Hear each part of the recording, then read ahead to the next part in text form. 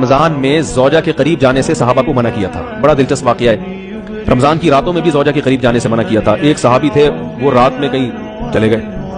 اب بڑے پریشان ہوئے, رسول اللہ صلی اللہ علیہ وسلم کے پاس آئے, عرض کیا یا رسول اللہ مجھ سے غلطی ہوئی, رمضان کی رات میں نے اپنی زوجہ کے قریب چلا. آپ نے فرمایا کیوں؟ وہ بڑا دلچسپ واقعہ ہے, بظاہر تھوڑا حیا کے خلاف بھی ہے لیکن اتنا بھی نہیں ہے. وہ کہہ رہے میری زوجہ کہیں پانی بھرنے کے لیے جا رہی تھی, ان کی پنڈلی کھلی تو میری نظر بیوی کی پنڈلی پر پڑی اور میں بس پاگل ہو گیا بیوی کے عشق میں.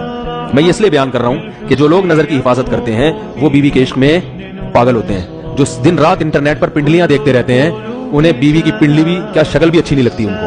بد نظری کا یہ عذاب ہے, وبال ہے کہ جو اللہ نے گھر میں آپ کے لیے بٹھائی ہے وہ آپ کو اچھی نہیں لگے گی.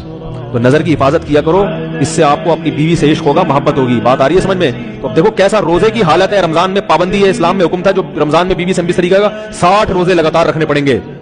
کتنا بڑا جرم, لیکن صحابی سے برداشت نہیں ہوا. صرف زوجہ کے پاؤں پہ نظر پڑی ہے تو وہ کیسے بیوی سے محبت کرتے ہوں گے, اور وہ بیوی کے بغیر رہ سکتے ہوں گے. اور آج لوگوں کے فون آتے ہیں, ہماری بیگم جیسے میگے جاتی ہے, اتنی خوشی ایسا اچھا سا فیل ہوتا ہے, ایسا عجیب سا محسوس ہو رہا ہوتا ہے جیسے آزاد ہو گئے. میں کہتا ہوں ظاہر ہے اب تمہیں موقع مل گیا کنڈی لگانے کا, ٹھیک ہے نا, اور آنکھ میں ٹکے کرنے کا, خوش تو ہوگے.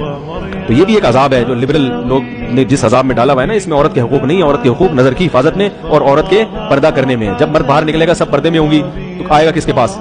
بیگم کے پاس ہی آئے گا. تو اتنے منہ کالا کرنے کے راستے کھول دیے ہیں تو ظاہر ہے پھر کامیاب ازدواجی زندگی نہیں. تو وہ نبی کے پاس گئے, یا رسول اللہ ایسے ہوا, مجھ سے غلطی ہو گئی. تو آپ نے فرمایا کیوں؟ فرمایا ایسا ہو گیا تھا. تو آپ صلی اللہ علیہ وسلم نے فرمایا 60 روزے رکھو لگاتار. انہوں نے فرمایا ایک کی طاقت نہیں ہے, اس میں یہ ہو گیا 60 کیسے رکھوں, نہیں ہے طاقت 60. آپ نے فرمایا ٹھیک ہے پھر 60 غریبوں کو 2 ٹائم کا کھانا کھلاؤ. فرمایا اس کی بھی طاقت, بولو بھائی, نہیں. اتنے میں ایک صحابی لائے کوئی چیز صدقہ کرنے کے لیے.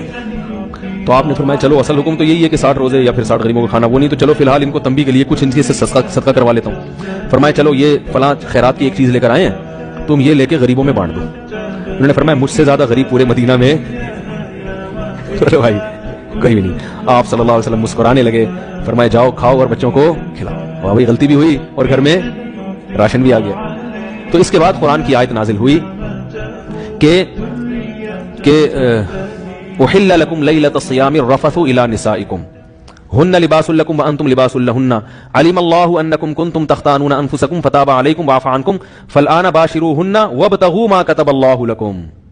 فرمایا اللہ کو پتا ہے کہ تم اس حکم پر عمل نہیں کر سکتے, لہذا رمضان کی راتوں میں تمہیں اپنی بیوی کے پاس جانے کی اجازت ہے, لہذا ان کے پاس جایا کرو اور اس اولاد کو تلاش کرو جو اللہ نے تمہارے مقدر میں لکھ دی ہے. قرآن جہاں بھی بیوی سے ریلیشن قائم کرنے کی بات کرتا ہے اولاد کا ذکر لازمی کرتا ہے, یعنی تلاش کرو اس اولاد کو جو اللہ نے تمہارے لیے لکھ دی ہے. ما کتب اللہ لکم, ما کتب اللہ علیکم نہیں ہے.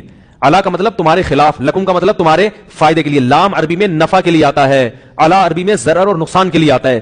فرمایا یہ نہیں کہ اس اولاد کو تلاش کرو جو بطور پینلٹی کے اللہ نے تمہارے متھے لگا دی ہے, جو اللہ نے تمہارے فائدے کے لیے لکھ دی ہے. اس سے پتہ چلتا ہے اسلام اولاد کی کثرت پہ کس قدر حریص ہے. بات آ رہی ہے؟